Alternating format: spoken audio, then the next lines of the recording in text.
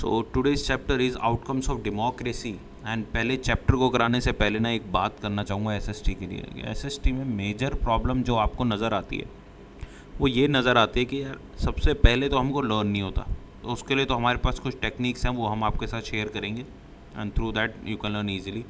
And दूसरी होती है कि क्वेश्चन नहीं समझ में आता कि कौन सा क्वेश्चन का आंसर क्या लिखना है, इस चीज़ पे बहुत फोकस करना है हमने।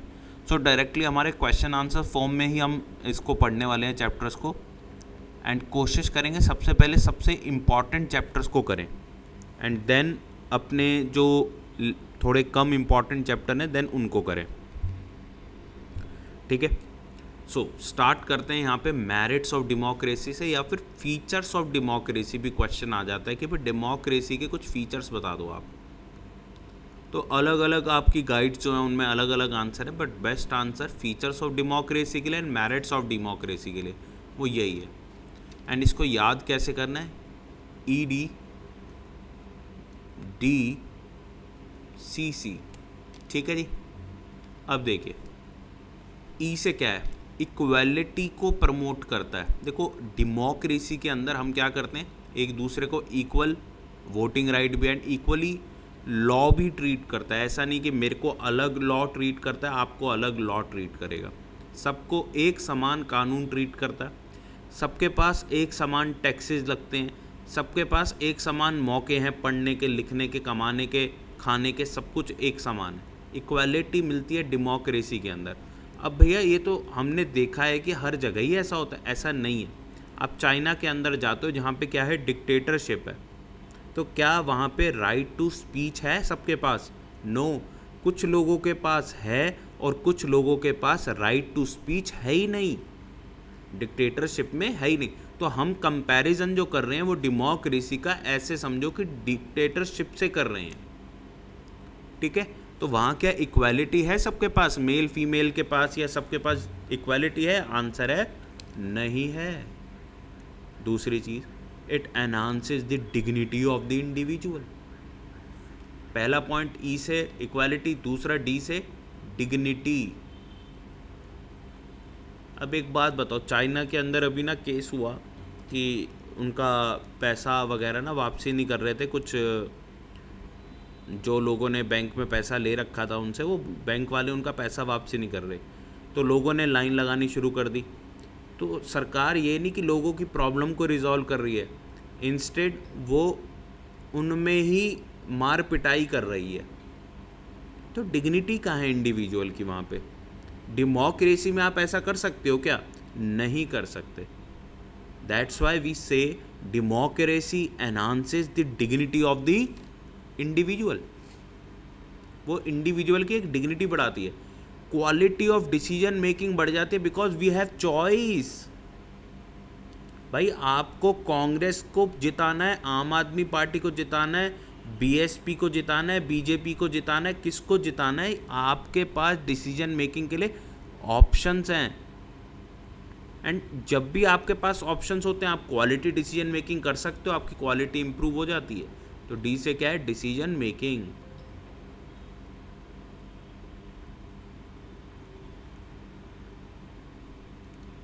ठीक है जी। Provides a method to resolve conflicts.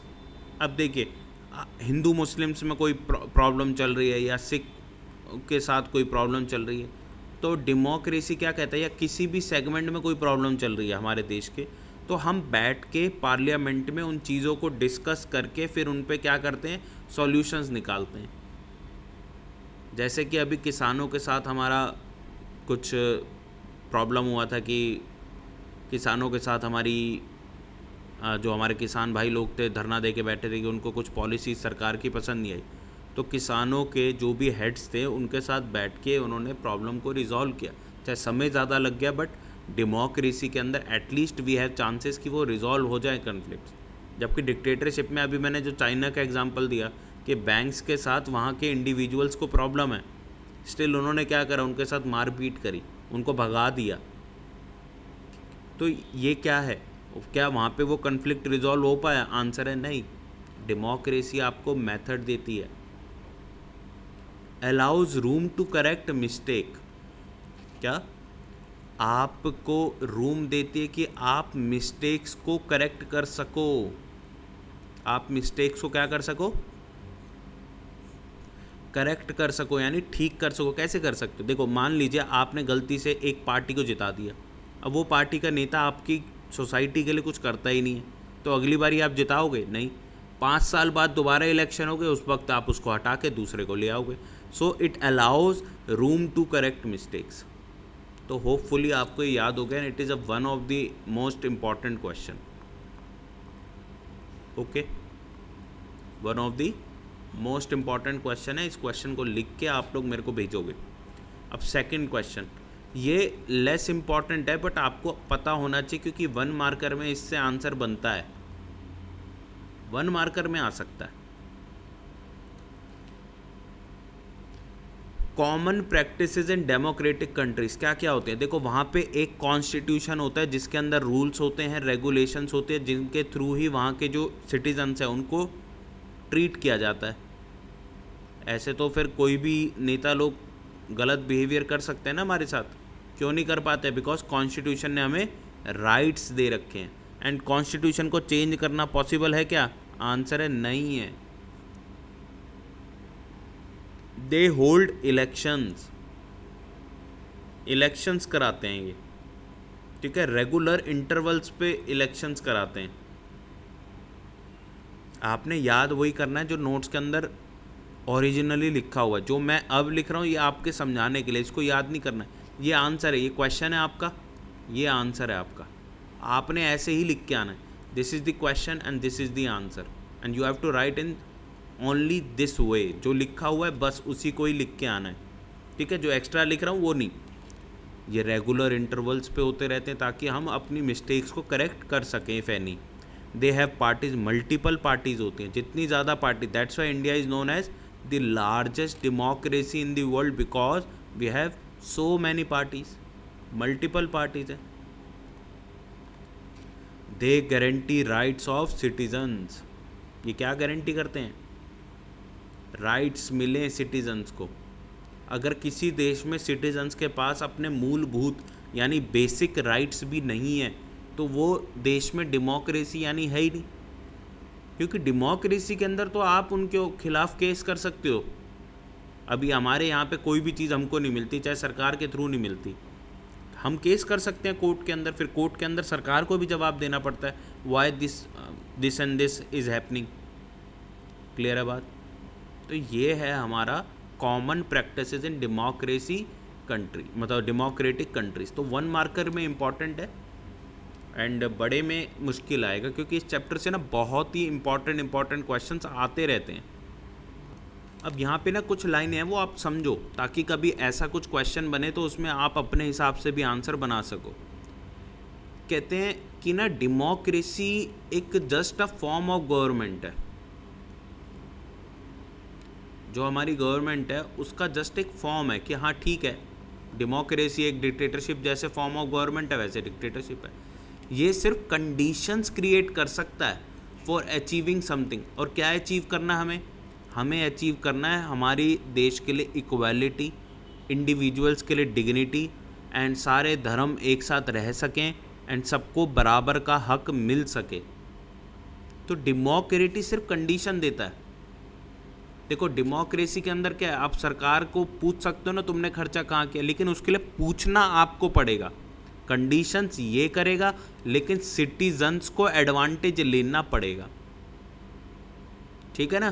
ताकि हम डेमोक्रेसी के जो गोल्स हैं, हम डेमोक्रेसी को जो फॉलो करते हैं जिन रीजंस की वजह से, वो हम अचीव कर सकें। तो this is just for your knowledge कि आपको ये पता होना चाहिए इस लाइन का मीनिंग क्या है, एंड इसको बहुत आगे जाके हम एक क्वेश्चन के फॉर्म में भी लेंगे। अब जो मैं क्वेश्चन बढ़ाने जा रहा हूँ इसमें मल्टीपल क्वेश्चन इन्वॉल्व हैं। देखो, हम ना सबसे पहले डेमोक्रेसी से कुछ एक्सपेक्ट करते हैं, एंड आप भी देखो आपकी लाइफ में आपके साथ भी कोई ना कोई कुछ ना कुछ एक्सपेक्ट करता होगा, बट क्या हमेशा जो आपकी एक्चुअल परफॉर्मेंस है वो आपकी एक्सपेक्टेड परफॉर्मेंस के बराबर होती है? सो आंसर विल बी कि नहीं होती है। भैया, जो हमने एक्सपेक्ट किया है वही हमारी एक्चुअल हो ऐसा पॉसिबल नहीं है। सो आप क्वेश्चन को बड़े ध्यान से पढ़ेंगे, मैं क्वेश्चंस आपके साथ शेयर करूंगा, डोंट वरी। आप अभी बस समझो इस चीज़ को, यहीं समझ लोगे तो क्वेश्चन अपने आप समझ में आएगा कि जब भी हमसे वेरियस आउटकम्स ऑफ डेमोक्रेसी की बात होगी, उसके अंदर पहला आउटकम हमारे पास है पॉलिटिकल आउटकम। ये सिर्फ एक पॉइंट है वेरियस आउटकम्स में से। अब इनको बड़ा लिखना है छोटा लिखना है वो डिपेंड करेगा किस टाइप का क्वेश्चन आ रहा है, and we will discuss that too in detail. Accountable, responsive and legitimate government. ठीक है, पहला पॉलिटिकल आउटकम क्या है कि हमारी जो डेमोक्रेसी है वो अकाउंटेबल बनानी चाहिए, हमारी गवर्नमेंट को रिस्पॉन्सिव बनानी चाहिए और वो लेजिटिमेट होनी चाहिए। तो ये सब चीज़ें यहाँ पे अवेलेबल मिलेगी। अब इससे हम एक्सपेक्ट क्या करते हैं, that is the question. Accountability से हम एक्सपेक्ट करते हैं कि सारी सरकार जो है ना वो अपने रूल्स एंड प्रोसीजर्स को फॉलो करे। लोगों के पास राइट्स होने चाहिए कि हम जो है ना सरकार ने जो भी डिसीजन लिया है वो क्यों लिया है, ये सब हमें पता होना चाहिए, यानी ट्रांसपेरेंसी होनी चाहिए। ये हम सोचते हैं, होना चाहिए कि नहीं होना चाहिए। अच्छा, जब हम चाहें, काफ़ी केसेस में देखो बहुत सारे, अब हमें हमारी सेना के बारे में, मतलब सेना को पाकिस्तान से लड़ाना है या किसी और देश से लड़ाना है, ये काम हम कर सकते हैं सिटीजन्स लोग? नहीं, ऐसी चीज़ों को छोड़ दो। लेकिन कुछ कुछ चीज़ें ऐसी हैं कि देश में डीमोनेटाइजेशन करनी है कि नहीं करनी, या आधार कार्ड चलाना है कि नहीं चलाना, पैन कार्ड चलाना है कि नहीं चलाना, मतलब जो भी छोटे मोटे ट्रिवियल मैटर्स है, इसमें अगर सिटीजन्स पार्ट लेना चाहें तो वो पार्ट ले सकें। ओके, तो ऐसे मैकेनिज़म्स हमारे पास होने चाहिए। Non democratic government quick decision लेती है as compare to democratic government. क्यों? क्योंकि अकाउंटेबल गवर्नमेंट जो होती है, डेमोक्रेटिक गवर्नमेंट है, उसको लोगों के साथ डिस्कशंस करने पड़ते हैं, डेलिब्रेशंस एंड नेगोशिएशंस करनी पड़ती है। आपकी एक पार्टी होती है जो जीत जाती है, उसको रूलिंग पार्टी कहते हैं, और एक पार्टी होती है जो हार जाती है, उसको हम कौन सी पार्टी कहते हैं? उसको हम कहते हैं ऑपोजिशन पार्टी। अब इन सब के साथ बातचीत करके आप किसी भी प्रपोजल को फाइनल कराते हो, तो इसलिए हमको देरी हो जाती है। बट लेकिन ऐसे डिसीजन जो हैं वो एक्सेप्टेबल होते हैं सिटीजन्स को। क्यों? क्योंकि वहाँ पे ना गलती, मतलब कि एक होता है, जैसे अंग्रेज थे, अंग्रेजों ने हम पे जितना मर्जी चाहा उतना टैक्स लगा दिया, जितना मर्जी चाहा हम पे पनिशमेंट लगा दी। क्या ऐसा अब पॉसिबल है? नहीं। There is a ruling party, वो कोई भी प्रपोजल रखेगी, ऑपोजिशन पार्टी को उसमें कुछ भी गलत लगेगा तो वो उसको क्या करेगी भैया? हटा देगी। समझ गए? वो उसको क्या करेगी? हटा देगी। अब इसका मैकेनिज़्म क्या है, इसके ऊपर क्वेश्चन नहीं आते, आप समझो। इसका मैकेनिज़्म होता है कि भैया आपके देश में regular free and fair elections हो, पब्लिक डिबेट हो on major policies and legislation, citizens right to information. एक आरटीआई, जॉली एल भी देखिए आपने, आरटीआई फाइल करता रहता है कि भाई ऐसा हुआ तो क्यों हुआ, पुलिस ने ऐसा किया तो क्यों किया, सरकार ने ऐसा किया तो क्यों किया, आरटीआई फाइल होती रहती है। ठीक है, तो यह है राइट टू इन्फॉर्मेशन। आप फाइल कर सकते हो और कुछ भी पूछ सकते हो सरकार से कि आपने जो खर्चा किया तो कहाँ किया, everything you can write down, मतलब आप पूछ सकते हो, सॉरी। ठीक है जी, तो ये मैकेनिज्म रहता है। लेकिन एक्चुअल परफॉर्मेंस क्या है भाई? क्या regular free and fair election होते हैं? यस। क्या हमने पब्लिक डिबेट के लिए ओपन सेटिंग अप कंडीशन करी? यस। बट क्या हमने फेयर चांस दिया सबको कि भैया सारे डिसीजंस को पब्लिक डिबेट पे लाया जा सके? आंसर है नहीं। क्या आप सरकार की हर एक बात को पब्लिक डिबेट पे लेके जा सकते हो? आंसर है नहीं। ठीक है, लेकिन फिर भी अच्छा है। बट अब हमने कहा इन्फॉर्मेशन शेयर करो, तो देखो हमारे पास ऑप्शन तो है आरटीआई का, लेकिन इतना कॉम्प्लेक्स प्रोसीजर है कि यार मेरा तो मन नहीं करता आरटीआई फाइल करने का, तो बहुत ही कोई अच्छा रिकॉर्ड नहीं है। तो देखो हम अपनी परफॉर्मेंस को समझ रहे हैं कि कुछ पॉइंट्स तो ओके हो गए, कुछ पॉइंट्स थोड़े थोड़े अवेलेबल हैं और थोड़े थोड़े नहीं भी हैं। ठीक है जी, but still compare to non democracies they are better in this respect. ठीक है जी, अब दूसरी बात करेंगे, एक सेकेंड। सेकेंड पॉइंट है रिस्पॉन्सिव। रिस्पॉन्सिव में क्या है कि सरकार ना हमेशा अटेंटिव रहे कि हमें क्या चाहिए, हमारी क्या डिमांड्स है, एंड करप्शन नहीं होनी चाहिए। अब एक्चुअल परफॉर्मेंस तो आपको पता ही है, ये हमेशा ही हमें फ्रस्ट्रेट कर देते हैं। पुल बनाना होगा, 3 महीने तक पुल बन रहा है, और यही नेताजी ने जाना होगा तो क्या करते हैं, सबको रोक देंगे, नेताजी की गाड़ी निकल जाती है, तो नेताजी को तो कोई फ़र्क पड़ता नहीं कि भाई पुल जो 3 महीने तक अटका हुआ है काम, उससे लोगों को कितना सफ़र करना पड़ रहा है, या पानी भर जाता है तो लोगों को कितना सफ़र करना पड़ रहा है। नेताजी को कुछ नहीं पता, उनको तो 6 गाड़ियाँ होती हैं, पै करके निकल जाती हैं। ऐसा ही होता है कि नहीं होता? But democracies often frustrate the needs of the people and often उनकी डिमांड्स को इग्नोर भी कर देती है। ठीक है जी। एंड करप्ट तो है ही, चाहे मैं कहूँ नॉन डेमोक्रेसी, जैसे कि अगर हम चाइना की बात करें, करप्ट वो भी हैं, बट ये भी करप्ट है। हमसे तो पूछा है ना भैया एक्चुअल परफॉर्मेंस क्या है, कंपैरिजन में दोनों ही करप्ट हैं, हमारे पास कोई ऑप्शन नहीं है, बट स्टिल ये हमसे जो पूछ रहे हैं वो हम बता रहे हैं कि एक्सपेक्ट हम क्या कर रहे थे और एक्चुअलिटी में है क्या। लेजिटिमेट गवर्नमेंट क्या होती है? Government by the people. भाई हम लोगों ने क्या, हमने इस गवर्नमेंट को ऑथराइज़ किया है? आंसर है yes. Democratic government is people's own government, ये हमने एक्सपेक्ट किया। तो ऑल ओवर द वर्ल्ड में इसके लिए ओवरवेलमिंग, यानी सब लोग सपोर्ट करते हैं। साउथ एशिया शो भी करता है कि सपोर्ट एग्जिस्ट करता है डेमोक्रेटिक रिजाइम्स के साथ। देखो हम तो डेमोक्रेटिक है ना, हम तो चाहते ही हैं डेमोक्रेटिक कंट्री हो। अच्छा, ये लाइन याद करनी है? नहीं करनी, इसको छोड़ देना। People wish to be ruled by representatives elected by them. Actual performance में हम विश तो यही करते हैं, बट क्या हम कर पाते हैं? Yes we are. ठीक है जी। ये एक्चुअली क्या है, कोई आंसर थोड़ा सा बड़ा नहीं हो रहा था, तो ये थोड़ी 1-2 लाइनें और ऐड कर दी हैं। They also believe that democracy is suitable for their country. हम लोग बिलीव करते हैं कि नहीं करते?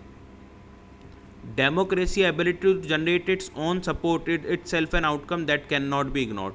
अब देखो हम सब लोग डेमोक्रेसी की तारीफ़ कर रहे हैं कि नहीं कर रहे? ये भी डेमोक्रेसी के लिए बेटर चीज़ है ना, कि एक चीज़ की तारीफ़ हो रही है तो उस चीज़ के लिए बेटर है। ठीक है जी। तो ये लाइन का मीनिंग है। तो ये आपने इतना याद कर लेना है, और इसके अंदर 2 क्वेश्चन बन सकते हैं, what you expect and what is the actual outcome. Okay.